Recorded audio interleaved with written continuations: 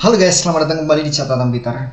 Nah, kali ini kita akan mencoba membahas tentang berita yang sangat viral ya. Ini tentang keadilan, tentang putusan hakim yang memutuskan bebas secara sah dan meyakinkan bahwa Ronald Tanur, seorang anak anggota DPR RI Surabaya, diputuskan bebas secara sah dan meyakinkan tidak bersalah atas putusan hakim.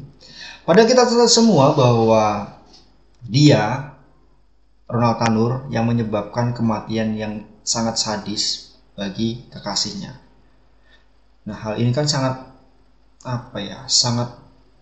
menyakitkan bagi keluarga korban gitu ya, terutama tentang putusan itu sendiri. Sudah menjadi korban, kemudian tidak mendapatkan keadilan seadil-adilnya gitu.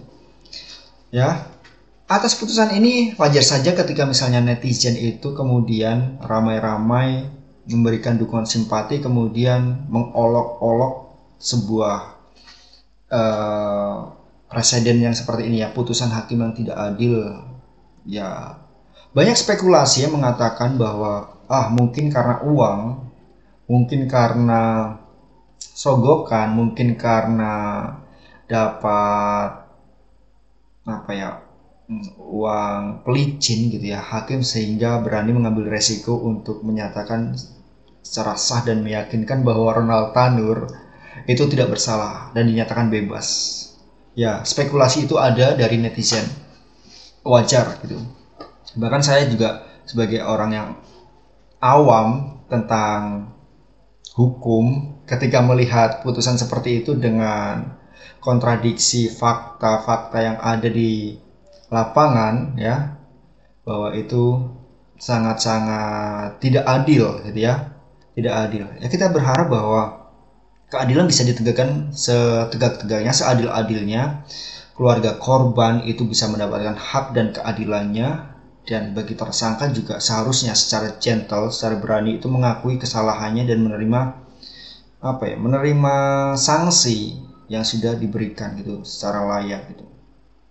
Ya, wajar saja ketika netizen itu kemudian marah gitu ya dengan keputusan hakim yang membebaskan Ronald Tanur. Dengan entengnya membebaskan, padahal fakta jelas, bukti jelas, rekonstruksi juga sudah jelas. Itu artinya ketika sudah direkonstruksikan, besar kemungkinan ya menurut saya ya, tersangka itu sudah mengakui perbuatannya, sehingga bisa mereka ulang adegan pembunuhan tersebut gitu. Tapi di dalam persidangan ternyata berkata lain, tidak sesuai dengan rekonstruksi. Semua kejadian-kejadian tentang penyiksaan, pemukulan dengan botol tequila gitu ya, kemudian pelindasan itu tidak terungkap di dalam persidangan. Ya, aneh sekali gitu ya. Apakah hakim yang memutuskan itu tidak mempunyai bukti-bukti yang terkait gitu? Saya rasa punya gitu. Tapi yang untuk menutupi itu semua, untuk menutupi bukti-bukti itu semua, untuk menutup mata dengan sengaja, untuk tidak melihat bukti-bukti yang ada, yaitu sangat besar gitu ya imbalannya. Barangkali uangnya cukup besar, barangkali tekanannya cukup besar. Ya, kita bisa menduga seperti itu dengan hasil keputusan seperti itu. Sah-sah saja mungkin menurut saya gitu ya. Sebagai netizen untuk menduga hal seperti itu terhadap putusan hakim. Dan sayang saja keputusan itu sangat menyakitkan bagi keluarga korban. Keluarga korban yang seharusnya mendapat dukungan simpati, dukungan moral, kemudian dapat keadilan yang seadil-adilnya, tapi ternyata malah mendapatkan putusan yang sangat-sangat di luar nalar gitu. Hukum seolah-olah dipermainkan di tempat pengadilan. Tidak ada keadilan di tempat yang seharusnya keadilan itu ditegakkan seadil-adilnya. Ya, bukti-bukti sudah jelas, fakta sudah jelas, kemudian saksi juga sudah ada. Dengan entengnya dinyatakan tidak bersalah secara sah dan meyakinkan. Wow, amazing.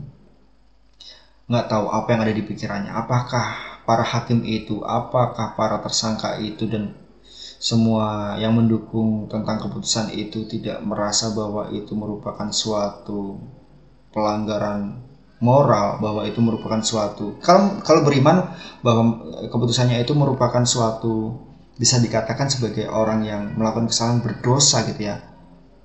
Nggak tahu ya gitu, apakah orang tersebut memiliki iman atau moral sebesar itu atau enggak itu, atau sensitif itu atau enggak itu, apakah tidak memiliki rasa simpati atau empati terhadap korban. Ya seharusnya ada, seharusnya punya.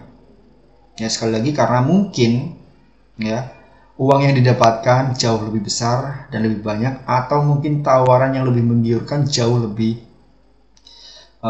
besar ya. Ya itu kita nggak tahu, tapi kemungkinan besar seperti itu. Ya. Kita lihat saja nanti bagaimana sanksi-sanksi yang dihadirkan dalam ruang publik melalui sanksi sosial oleh netizen, oleh masyarakat Indonesia terhadap entah itu hakimnya atau entah itu tersangkanya secara langsung gitu ya. Mereka akan berbuat seperti apa atas keputusan hakimnya seperti itu. Membebaskan Ronald Tanur yang jelas-jelas terbukti bersalah melakukan tindak pembunuhan dengan kejam, gitu ya, dengan entengnya mengambil nyawa orang, mempermainkan perasaan korban, keluarga korban, dengan entengnya membuang nyawa orang dengan seperti tidak manusia gitu ya. Gitu. Ya ini menjadi citra buruk ya, bahwa memang tidak semua orang yang memiliki jabatan itu kemudian bisa berbuat sewenang-wenang gitu. Tidak semua orang yang memiliki kuasa dan jabatan itu kemudian tidak memiliki moral, enggak gitu. Cuma untuk kasus Ronald Tanur ini saja nih yang agak di luar nalar gitu ya.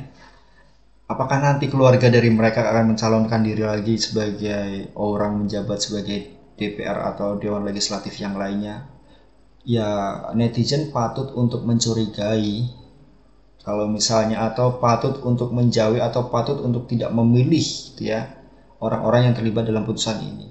Toh sekalipun misalnya nih ya, sekalipun setelah desakan ramai oleh masyarakat Indonesia terhadap putusan itu kemudian dilakukan perbaikan, itu sudah membuat masyarakat Indonesia terlanjur kecewa bahwa putusan yang pertama itu adalah murni atau kejujuran dari sikap para hakim dan tersangka gitu.